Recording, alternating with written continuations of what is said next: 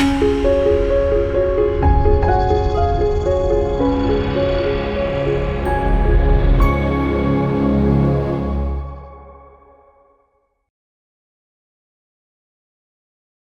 మాత్రం. నేను మీ journalist Navatha. Welcome to R voice. నేను ఫస్ట్ ఒక 2 వీడియోలు చూపిస్తా.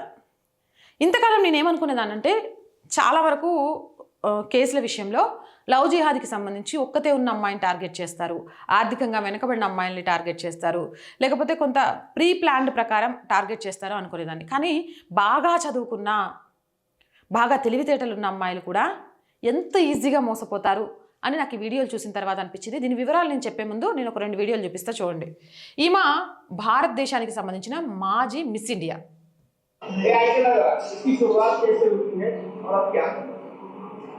शुरुआत जैसे मैंने बताया ये लव मैरिज था। मुझे कन्वर्जन करना पड़ा क्योंकि अगर शादी करनी है तो उसके लिए निकाह करना ज़रूरी है, कन्वर्ट होना ज़रूरी है। तो वो पहले प्रोसीजर हुई। उसके बाद जैसे मैं रहते गई, एक 24 घंटा जब आप एक इंसान के साथ रहते हो तब आपको उसकी आदतें समझ में आती है और बैकग्राउंड का अंदाज़ा होता है। वैसे चीज़ें समझते आई। मैंने बहुत बार कोशिश की कि मैं इससे बाहर निकलूं, लेकिन कई बार मैंने ऐसा सोचा कि अब जब मैंने डिसीजन ले लिया है या मेरा बच्चा है तो मुझे कहीं ना कहीं कोशिश करनी चाहिए कि ये रिश्ता आगे जाए। लेकिन एक लिमिट होती है टॉलरेट करने की, सहन करने की, जो मेरी ख़त्म हो चुकी है। क्योंकि 24 घंटा जब आपको गालियों के अलावा बातें नहीं सुनने मिलती, मारपीट के अलावा बिना कोई गलती के मारपीट की जाती है आपके साथ, और जिसकी आपको आदत नहीं होती है, तो वो नॉर्मलाइज हो जाती है वो चीज़ें। और मैं नहीं चाहती थी कि मेरे बच्चों के सामने ये सब हो। उनकी आज उम्र बढ़ते जा रही है और मैं नहीं चाहती थी कि उनको वो ट्रॉमा लाइफ टाइम के लिए बैठे कि उनका फैमिली सिचुएशन इतना ख़राब है। मैं वो नहीं चाहती थी, इसीलिए मैंने ये डिसीजन आज लिया है। मैंने ट्राई किया बहुत बार, लेकिन वो सॉरी मैनिपुलेशन के चक्कर में कई बार फिर मैं वापस गई सोच के कि जाने दो, एक मौका और दे देते। करते करते 10 साल हो गए, लेकिन आज मेरी ताकत खत्म हो चुकी है। आपने कहा कि लव मैरिज किया था, लेकिन जिस प्रकार से आपने मैनिपुलेट किया, आपको लगता है कि लव जिहाद का आपका केस है, मामला है? डेफिनेटली है। कई लोग इस पे मना भी करते हैं और बोलते हैं कि जब इसने खुद ही किया है तो आज क्या बोलना। लेकिन जब किया था तब इतनी समझ नहीं थी। मैं एक भरोसे से गई थी, एक अच्छा इंसान है समझ के गई थी। इतना बड़ा डिसीजन मैंने लिया था, नहीं तो मैं नहीं लेती। तो ये सारी चीज़ें इस धर्म में डेफिनेटली होती है। शादी से पहले आप क्या करती थी? इनके संपर्क में कैसे आए?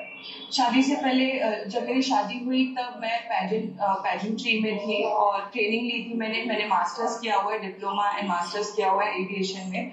उसके बाद तुरंत जब मैं 20 साल की थी, 20-21 साल की थी, तब मेरी शादी हो गई। और शादी के बाद से लेके आज तक मैं हाउसवाइफ थी, घर पे ही थी। आपकी शादी हो रही हुई आपका खास कहा जा रहा है, और इसके बाद जो कास्ट थी उनमें आप कैसे गए? शादी निकाह, सबसे पहले तो निकाह हुआ था, जो एक पहला स्टेप होता है उनके धर्म में। उसके बिना कोई कोर्ट मैरिज या कोई आपका गिना नहीं जाता है, वैलिड नहीं होता है। तो उसके लिए आपको पहले निकाह करना पड़ता है और उसके बाद कन्वर्जन करना पड़ता है, जब आपकी शादी जायज़ मानी जाती है उनके धर्म में। उसके अलावा मतलब अगर आप वो नहीं करते हो तो आपकी शादी ज़िना मानी जाती है। जो आप कोई भी औरत के साथ कोई भी संबंध रख सकते हैं उसको ज़िना बोलते हैं। तो वो ना हो, इसके लिए निकाह किया जाता है।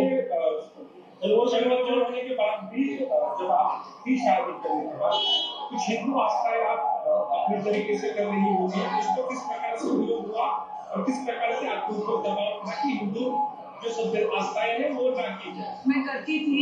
मेरा ऐसा मानना था कि कोई भी धर्म को मुझे बुरा बोलना या गलत दिखाना अच्छा नहीं लगता था।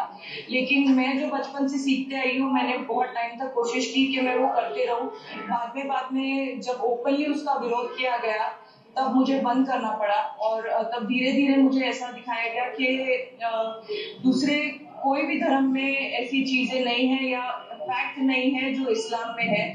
ऐसी सारी चीजें बोल के फिर मुझे नमाज वगैरह सिखाया गया। मैंने थोड़े दिन नमाज वगैरह भी पढ़ा है। మంచి పని చేశారు. लेकिन इंसानियत ही नहीं है। अगर कोई इंसान हो जिसके लिए आप सब छोड़ के आए हो, कोशिश कर रहे हो पूरी, लेकिन वो इंसान में इंसानियत नहीं है। आपको एक प्रोडक्ट के ఈమెకు సంబంధించిన ఇంటర్వ్యూ సోషల్ మీడియాలో మొత్తం కూడా ఉంది.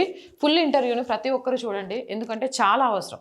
ఆమె మాట్లాడిన చాలా మాటలు ఈరోజు సమాజంలోని చాలామంది అమ్మాయిలు నేర్చుకోవాలి అండ్ తెలుసుకోవాలి. దీంతోపాటు లవ్ జిహాద్ లేదు, లవ్ జిహాద్ తప్పు, మతం మారమనరు, ప్రేమ అనేది నిజం అని చెప్పి మాట్లాడే వాళ్ళందరికీ కూడా ఒక బుద్ధి వస్తుంది ఈ వీడియో చూస్తే. ఇది మహారాష్ట్ర పూణేలో జరిగింది.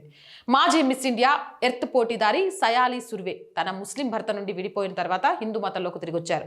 ఆ అమ్మాయి ఒక హిందూ ధర్మంలో పుట్టిన అమ్మాయే. ప్రేమించింది, ప్రేమ పేరుతోటి మన పెళ్లి కావాలంటే మతం మారింది, పేరు మార్చుకుంది, నమాజ్ చేయడం మొదలుపెట్టింది.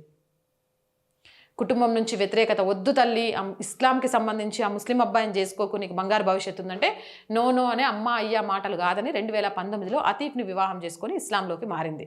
తర్వాత అతీఫ్ మరియు అతని కుటుంబం ఇస్లామిక్ నియమాలు మరియు నిబంధనల్ని పాటించమని ఆమెను వేధించారు. శుద్ధీకరణ వేడుక తర్వాత ఆమె పేరు అతీజా నుంచి అద్వా సుర్వేగా మార్చబడింది. అదనమాట ఆమె కథ.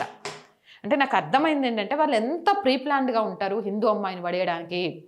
పడేసేదాకా ప్రేమాన్ని చూపిస్తారు, పడేసినాక వాళ్ళ కోరికలు తీర్చుకున్నాక పెళ్లి దగ్గరికి వచ్చేసరికి మతం మారమంటారు, అమ్మాయిల్ని ఎలా వేధిస్తూ ఉంటారు, నమాజ్ చేయమని, ఇంకొకటి అని. నిజంగా ప్రేమ అయితే మతం మారమంటుందా? నిజంగా ప్రేమ అయితే నీ నమ్మకానికి విలువ ఇవ్వదా? నిజంగా ప్రేమ అయితే నీ తల్లిదండ్రుల దగ్గరికి వెళ్ళొద్దంటుందా? ఒక్కసారి ఆలోచించండి. ఇలాంటి వాళ్ళ కథలు డైరెక్ట్గా చూసిన తర్వాత అయినా సరే ఈ లవ్ జిహాద్ బారిన పడకుండా ఉండండి. ఇంతకంటే నేనేం చెప్పాలనుకోవట్లే. మీరు ఏమైనా చెప్పాలనుకుంటే కామెంట్ సెక్షన్లో పెట్టండి. అండ్ రోజు చెప్పేదేనండి, R group of channels, R voice, R political, R Samskruthi, ఈ 3 మన ఛానల్సేనండి. So please subscribe our channels. Content బాగుంది అనిపిస్తే లైక్ చేయండి, షేర్ చేయండి అండ్ మీ అభిప్రాయాల్ని కామెంట్ రూపంలో తెలియజేయండి. ఇది ఫస్ట్ వీక్, మనకు ఆఫీస్ మెయింటెనెన్స్ కోసం చాలా ఖర్చులు ఉంటాయి. సో ప్లీజ్ మీకు తోచిన ఆర్థిక సహాయాన్ని చేయడం ద్వారా ఈ ప్రాబ్లమ్స్ నుంచి మమ్మల్ని బయటపడేయడంలో మాకు సపోర్ట్గా నిలవండి. ఆర్థికంగా సపోర్ట్ చేయాలి అంటే సబ్స్క్రిప్షన్ పక్కనే జాయిన్ అనే బటన్ ఉంది. 1 to 5 లెవెల్స్ ఉన్న ఏదో ఒక లెవెల్లో సపోర్ట్ చేయండి. స్క్రీన్ మీద గూగుల్ పే, ఫోన్పేతో పాటు అకౌంట్ డీటెయిల్స్ ఉన్నాయి. మీకు తోచిన సహాయాన్ని అందించండి. వ్యాపార ప్రకటనల కోసం 8328500576 నెంబర్ని సంప్రదించండి. జై హింద్, జై భారత్.